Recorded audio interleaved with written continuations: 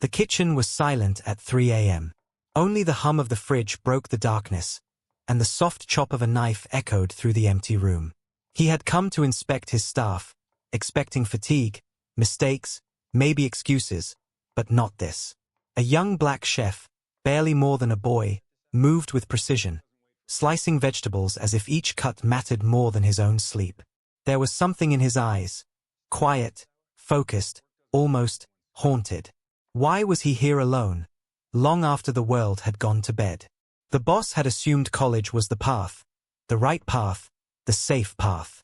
And yet, here was this young man, giving everything he had to a job no one noticed, a life no one cared about. Every slice of carrot, every snap of a pea pod, told a story the world had missed. Memories of wasted potential flashed through the boss's mind.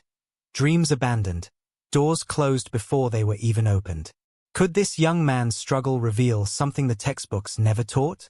He watched as a single tear rolled down the chef's cheek, disappearing into the chopping board. The air grew heavy, thick with unspoken sacrifice and quiet defiance. Because sometimes, the ones who seem to take the hardest path are the ones teaching the most valuable lessons. And sometimes, what we dismiss as failure is actually the beginning of an extraordinary story. The city slept under a blanket of fog, its streets empty except for the occasional distant honk or the faint rumble of a late-night delivery truck. Streetlights flickered like tired sentinels, casting long, wavering shadows across the asphalt. Rain had fallen hours earlier, leaving slick sidewalks that reflected the dim glow of neon signs. The world felt paused, suspended between night and the first whispers of dawn. Inside the restaurant, the air was heavy with warmth and the faint scent of spices. Stainless steel surfaces gleamed under the harsh fluorescent lights, but the glow was uneven, leaving corners of the kitchen draped in shadow. The silence was deafening. Even the usual hum of conversation and clatter of pans had vanished. It was as if the building itself was holding its breath. The chef moved methodically, each chop of the knife crisp against the cutting board.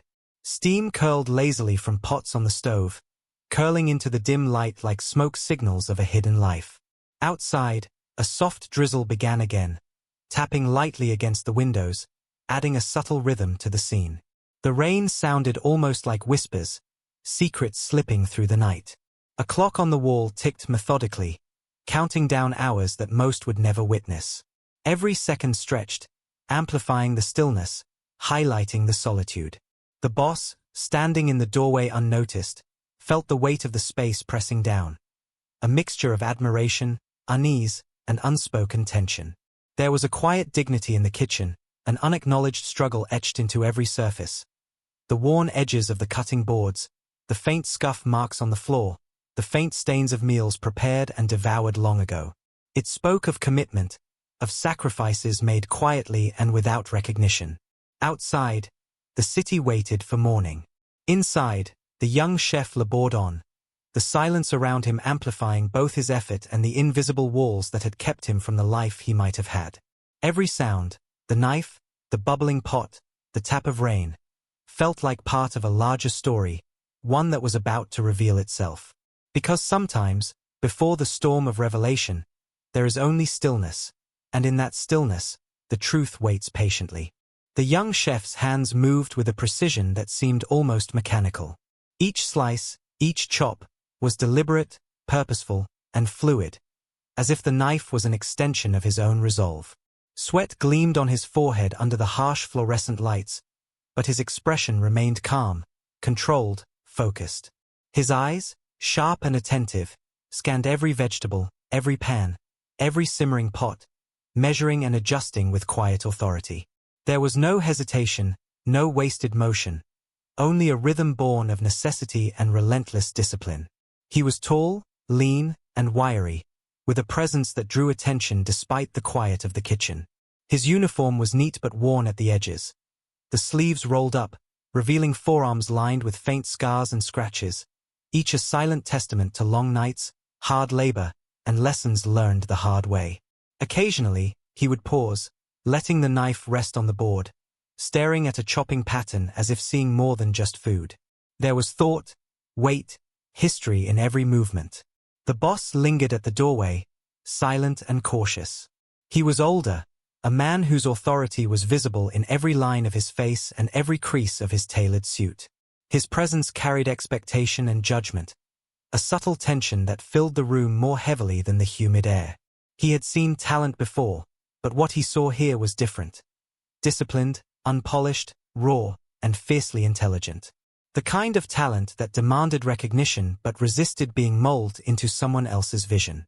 He cleared his throat softly, a sound meant to announce presence without interruption.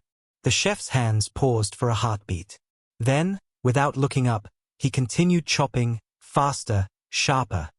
Yet there was no fear in his movement, only acknowledgement of the observer. The dynamic was clear. One held experience, influence, and oversight. The other, grit, determination, and quiet strength that refused to be intimidated. The boss stepped closer, noticing the subtle rhythms of the kitchen, the precise spacing of ingredients, the deliberate placement of tools, the almost imperceptible way the chef corrected the smallest mistakes. He realized that this was more than skill. It was discipline forged in adversity, a language spoken without words. What drives someone to choose this life at this hour? The boss wondered silently, the curiosity in his voice unspoken but heavy in the air. And the young chef, still absorbed in his work, revealed his story not through words but through each purposeful motion. An unspoken testament to sacrifice, resilience, and a journey the world had overlooked. The boss cleared his throat again, louder this time, echoing slightly against the stainless steel counters. The sound sliced through the rhythm of the kitchen, pulling the chef's attention from the chopping board. He looked up, eyes sharp, measuring the intruder silently. "You're still here?" the boss asked, voice calm but edged with disbelief. The chef didn't stop moving, though his hands hesitated for a fraction of a second. He set the knife down carefully, fingers brushing the polished edge, and met the gaze without flinching. "It's a quiet hour," he said simply. "Work doesn't wait for anyone's schedule." The boss stepped fully into the room, his shoes clicking softly against the tile. He watched the chef move, noting the subtle tension in his shoulders.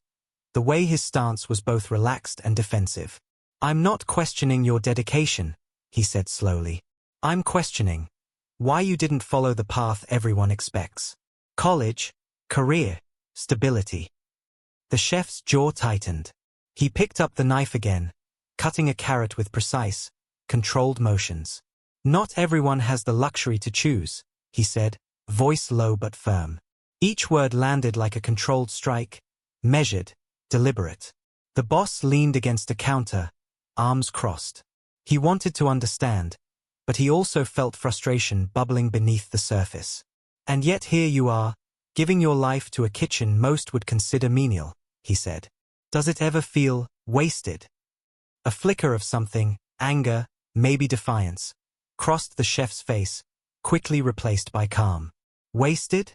Every night I work here, I learn more than any lecture hall could teach me," he replied, slicing with renewed intensity. "Every dish, every customer, it's a lesson. I choose to be here." The room fell silent for a moment, the sound of chopping loud in the emptiness. Steam rose from the pots, curling toward the ceiling like smoke signals of quiet rebellion. Outside, the drizzle tapped against the window, a rhythmic counterpoint to the tension inside. The boss shook his head slowly, both impressed and unsettled. "You have discipline," he said finally, voice softer now, almost admiring. "But are you running from something, or towards it?" The chef paused mid-cut, hand hovering above the board, eyes flicking to the ceiling as if weighing memories he rarely shared. Then he spoke, barely above a whisper, "Some paths aren't given, they're carved. Mine started the day I realized the world doesn't wait for excuses." For the first time, the boss saw the full weight of the man before him. The sacrifices, the struggle, the silent fury of someone forced to grow up faster than anyone expected. The kitchen, once a simple workspace, had transformed into a battlefield of choices and consequences. And in that quiet clash of discipline and authority, the first spark of understanding and tension ignited. The rain outside had grown heavier, drumming insistently against the windows, a steady percussion that matched the rising tension in the kitchen. Steam from the simmering pots curled and twisted into the dim fluorescent light, mingling with the silence that hung like a weight. The boss stood at the edge of the workspace, watching every motion of the young chef. He had thought authority was clear, linear, titles, uniforms, decades of experience. But here, in this quiet room, something unspoken challenged that assumption. "You've been at this for hours," the boss said, voice controlled but carrying an edge of incredulity. "Don't you ever rest?" The chef's hands never stopped moving. Each slice of vegetable, each precise fold of a sheet of dough, was deliberate. "Rest comes when there's nothing left to learn," he replied evenly. His tone was calm, measured, but it carried weight, a refusal to yield. And some lessons only come in the quiet hours, when no one is watching. The boss took a slow step forward, letting the weight of his presence press against the chef without touching him. "You speak as if you've chosen this," he said. "But is it choice or necessity?" The chef's hand paused mid-cut. He didn't look up, didn't flinch.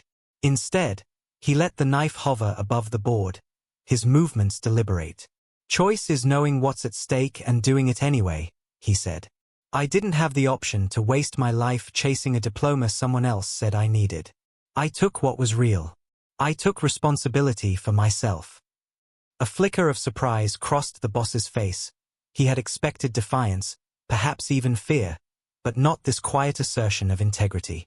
The air seemed to thicken, charged with the clash of experience and principle. The boss had power on paper, authority in the world, but here, in this room, he was a guest in the chef's domain. "You think discipline alone makes you untouchable?" the boss asked, his voice rising subtly, betraying a trace of ego and disbelief. "You think working yourself to exhaustion earns respect?" The chef finally looked up, eyes meeting the boss's. There was no arrogance, only clarity and the raw edge of lived experience. "Respect isn't earned through fear or expectation," he said. "It's earned through accountability. Through knowing your limits, yet refusing to be defined by them. Through showing up even when no one notices. That's strength." The boss exhaled slowly, realizing the lesson was not in the kitchen, the knives, or the chopping board. It was in the quiet power of a man who had built his world without applause, without validation. He had underestimated the moral authority that comes from lived struggle, from choosing responsibility over convenience. "You're relentless," the boss admitted, voice quieter now, almost reverent. "And I misjudged what that meant." The chef returned to his work, every movement calm, deliberate, purposeful. "Misjudgment is easy," he said. "Assuming life follows the rules written by someone else is easier.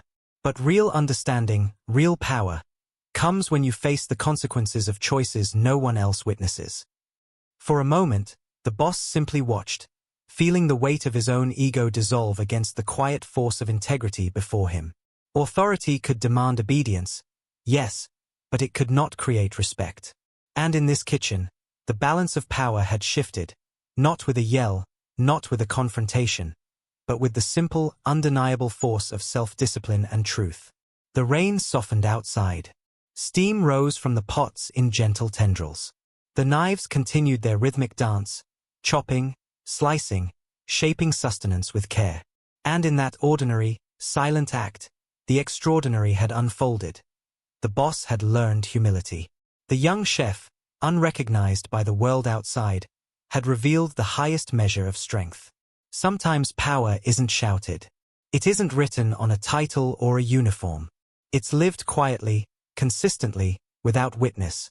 And when it is seen, even for a fleeting moment, it redefines the world around it.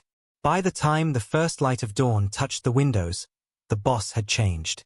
Not in words, not in posture, but in understanding. And the chef? He kept working, every motion a testament to a life carved from choice, resilience, and unwavering integrity. The kitchen was quiet now, but the tension lingered, heavier than the steam rising from the pots. The boss stood still, watching the young chef move with effortless precision, every chop deliberate, every motion purposeful. For hours, he had thought authority came from position, from experience, from command. But here, he realized it came from something far harder to claim: quiet strength. The chef didn't speak for a moment, focusing on a line of diced vegetables as if they held answers no one had asked for. Then, without looking up, he said, "You want to know why I never went to college?" His voice was calm, steady, unshakable. "It wasn't because I didn't want to. It was because life wouldn't wait for me to follow someone else's plan. I had to survive. I had to provide. I had to learn lessons no classroom could teach." The boss felt a chill, not from the early morning air, but from the weight of truth landing in the room. He had assumed the path to success was linear, predictable. He had assumed talent could be measured by credentials. And yet, here was someone who had built his life on choices, sacrifices, and discipline, carving his own path while the world slept. He took a hesitant step forward. And all of this, the hours, the work, the discipline, it wasn't wasted. The chef finally met his gaze. There was no pride in arrogance, no demand for recognition, only quiet defiance, integrity folded into every gesture. "Wasted?" he repeated softly. "Every second has purpose. Every challenge shaped me. And now, I choose who I am, not who others said I should be." The boss exhaled, a tension he hadn't realized he carried dissolving slowly. In that moment, he understood, power isn't given. It's claimed through resilience, integrity, and unwavering commitment. He had authority in the world, but the chef had something far stronger: self-mastery and the courage to live it. The shift was subtle, almost imperceptible. The boss no longer felt the need to assert dominance. Instead, he felt respect, understanding, and a quiet humility. In the stillness of the pre-dawn kitchen, the balance had changed. And it was absolute. The first light of dawn filtered through the rain-streaked windows, casting a soft glow across the kitchen. The hum of the city slowly returned outside, the world waking from slumber, but inside, the quiet held a lingering gravity. The boss lingered by the doorway, absorbing the scene. The chef at work, methodical, unshaken, every motion deliberate. The earlier tension had faded, replaced by a weightier understanding. Life's lessons often arrive quietly, without applause, and sometimes they demand humility. Word of the young chef's dedication had begun to ripple beyond the walls of the restaurant. Colleagues, once skeptical, now watched him with subtle reverence. His consistency, his mastery of craft, and the quiet authority in his movements spoke louder than any resume ever could. The boss, too, had changed. His steps, once measured in command and expectation, now carried a softer weight of respect. Weeks later, a routine audit brought the boss back, expecting bureaucracy and procedure. Instead, he found that the chef's work had transformed the team. There was an order to the chaos, a discipline that lifted everyone's performance.